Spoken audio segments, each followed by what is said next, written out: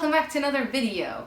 In today's video, I wanted to do something chill and I wanted to talk to you about how I do my hair and what I do about my hair. I want to talk about the things that nobody ever really talks about with fibromyalgia, and there are things like our everyday lives and how we look after our hair and how we do things in our lives. I'm gonna set my hair in rollers today because I'm just in that mood, and apparently I have energy to waste on that.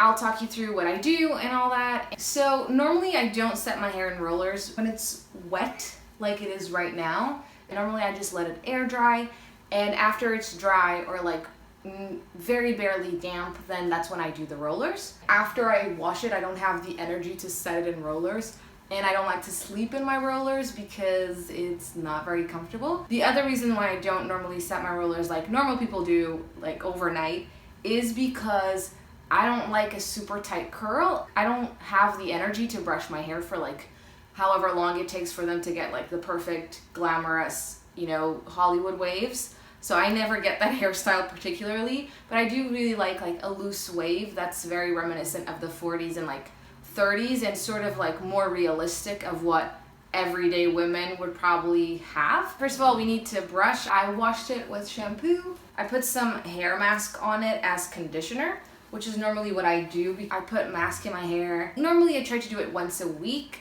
Sometimes I don't do it at all. If I'm not using a hair mask, I will use the mask to use as a conditioner. The mask that I use is just from Novex, which is a Brazilian brand that's really popular in Portugal. And I got this big jug last year. I've had it for a year. And it's almost over. It's better value for money to get a really big tub. But this is a kilogram, so when I first got it, I could barely lift it. But what I do is normally I pour this onto a smaller container, and then I keep that in the shower so that I can use it more easily. And what I do for hair masking, I will put my hair in a mask, all of it, and really soak it through. And I'll leave it in for 20 minutes, half an hour, however long I feel like. And then when I'm done, take the mask off and wash my hair. That's what I do. Other times I'll put it on while I'm ironing, and for however long I'm ironing, I'll use that, and then I'll take it off when I go shower or if I go take a bath. I put on this Series Expert, is that what it's called?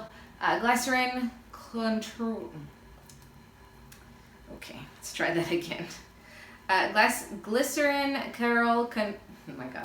Glycerin Curl Contour, nourishing and defining cream for curly hair, leave-in professional formula. So basically what this does is that when I wash my hair, I always put this on, even if I'm not gonna set it in curls, because my hair is very frizzy, and it's not curly necessarily, but it's it was curly when I was a kid, but I've done so much stuff to it that it lost its curl. It's just more wavy than curly. I don't mind it. The thing is it's so frizzy that I never can do anything with it, and ever since I got this, it's just so much better, and I can just use my hair natural even if I'm not doing any curls or anything to it. I just put this on and my hair looks nice, has nice curls to it, and just doesn't look super frizzy. So, and this other thing that I use is oil. So I have argan oil. It also really helps with the frizz. When I'm curling my hair, setting it in curls, I use both of these together. And when I am doing just natural hair, I will use either or, one or the other. So what I do is I part my hair and then put the curlers in those sections. When I first got sick and I was really, really, really ill, one of the symptoms that I had that was really bad, I get really bad dandruff-like skin flaking off of my scalp. And it's not dandruff, because dandruff is a fungus, and I've had my hairdresser look at it and he said it wasn't dandruff. There's just a little bit of flakiness at the top. The big problem though is that at the bottom, right here, I get this chunky, when you have a scab, you cut yourself and there's a scab. It's scab skin, and I can feel it on my skin, on my scalp, and it'll just come off in my hair. But last year when I first got sick, it was so bad. Yeah, it just really bothers me because it's uncomfortable and it's kind of gross. What my hairdresser, he felt that my body was just out of balance, and so my scalp and my hair just needed some balance and consistency and just care. So he advised that I start using a hair mask more often, so that's what I did. And he also like helped me with my curlers and like teaching me how to do it and stuff. We didn't want to use heat on my hair anymore. Although in the winter I do still like blow dry it when I wash it. Told me not to dye my hair, which I didn't for a really long time. He also told me to change my shampoo. So he told me to start using something that had mint. They're actually used for people who have oily hair because it really like helps your scalp like chill and balance.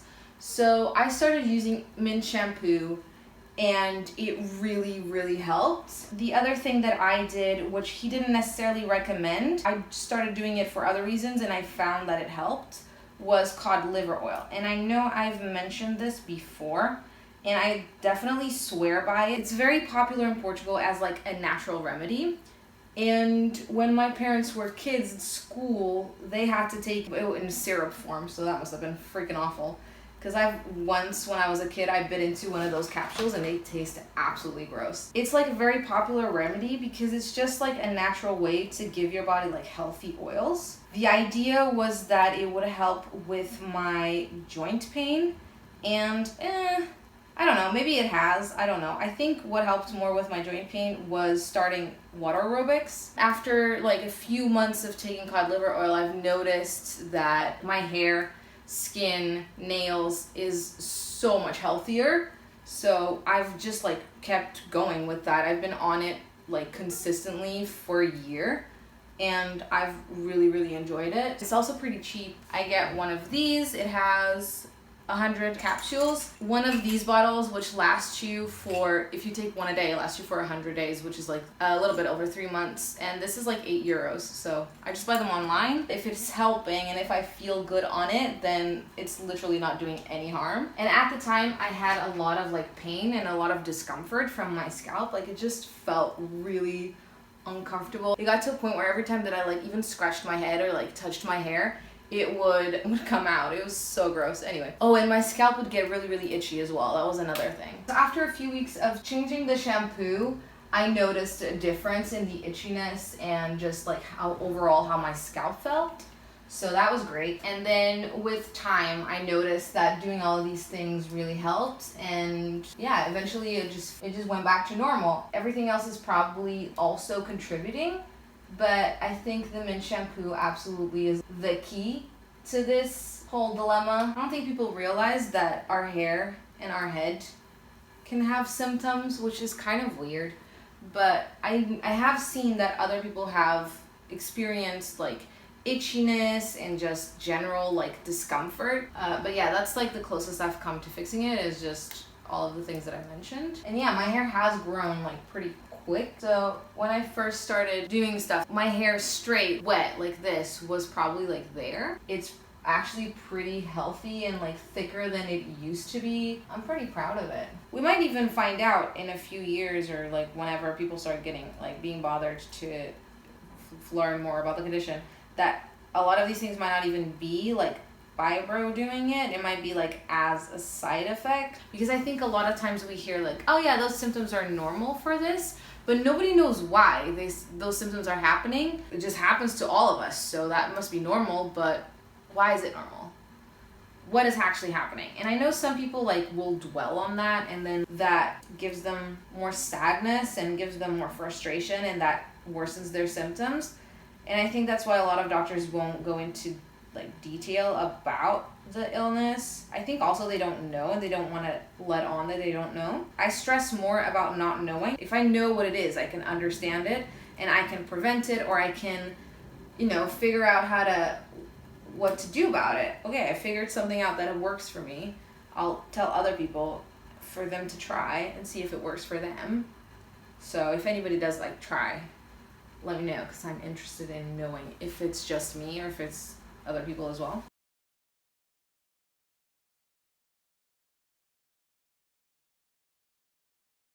So that's my last step, is for now at least, is putting on my little headscarf. This one was a gift from my birthday from last year from my friend Tori, who sent me a bunch of them. I really like this one, and I just love wearing it on my hair. And every time I do this, like, it makes me think of her. So Anyway, so now we have to wait for my hair to dry, and when it dries, I will take these out and brush my hair for like however long. The more you brush it, the nicer the curls will look, but I normally don't have that kind of lifestyle. So normally on the first day, it's just like a very set, like very curly set, and I just let it be.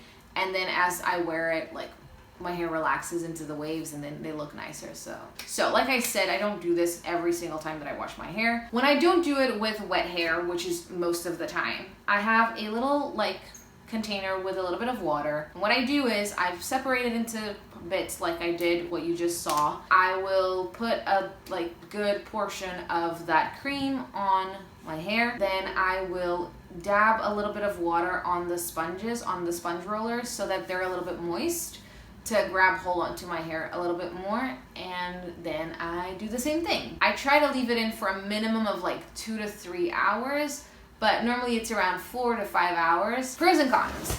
Pro is that I look super cute and fashionable, and obviously I get a little bit of an arm workout, and my hair thanks me for it, because obviously I do put more stuff into it and more care into it when I'm like doing this more often.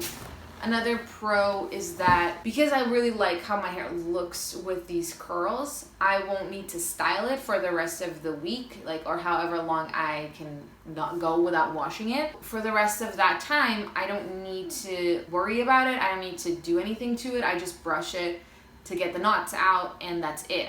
It like styles itself, you know? Even though it's a little bit more work today, but for the rest of the week, I don't have to worry about it. I don't have to do anything to it. Whereas when I'm a little bit lazier and I don't style my hair, like, and I don't set it in curls, yeah, it's less work for that day, but I don't like how it looks naturally, or, you know, it might have set weird because I slept on it or something and it's got weird crinks and things, and I don't want to put heat on it. So if my hair has dried naturally, like, I don't know what's gonna come out of that. It can be anything. Sometimes it looks really nice, and sometimes it looks freaking awful, like I got run over. I'm gonna have to style it every single day. Like, I'm gonna have to do a ponytail or do braids or like worry about it. And because my hair is very thin, a lot of times when I'm trying to style it, it just won't hold things, you know, it just won't stay. Whereas if I curl it, even if I want to style it and do something like cute with it, it's already curled, so like it's already got a shape to it, and I just have to work with that. I don't need to be fighting it. I like to look at it as like a little bit of a pamper sesh, like a little bit of a me time. I'll be watching a movie, or I'll watch an episode of something, or some YouTube videos, or I'll listen to music. I thought I had to leave it in for like hours and hours and hours, and it turns out like a few hours will do. And ever since I figured that out, it doesn't require as much brushing, because obviously the curls aren't set as like tightly, so it doesn't need as much brushing to look nice. So that's another tip that I have. That's it. I'm not sure if this is like a tips video. This is just like what I do and how I have found to help my hair symptoms. I hope you enjoyed this video. I hope it was helpful in some way, and if you did, don't forget to leave it a like and a comment, and consider subscribing to my channel if you haven't done that yet. It would mean a lot to me. That's all the things that I have to say. I hope you're having a really wonderful day. Thank you so much for watching, and I will see you in the next video. Bye!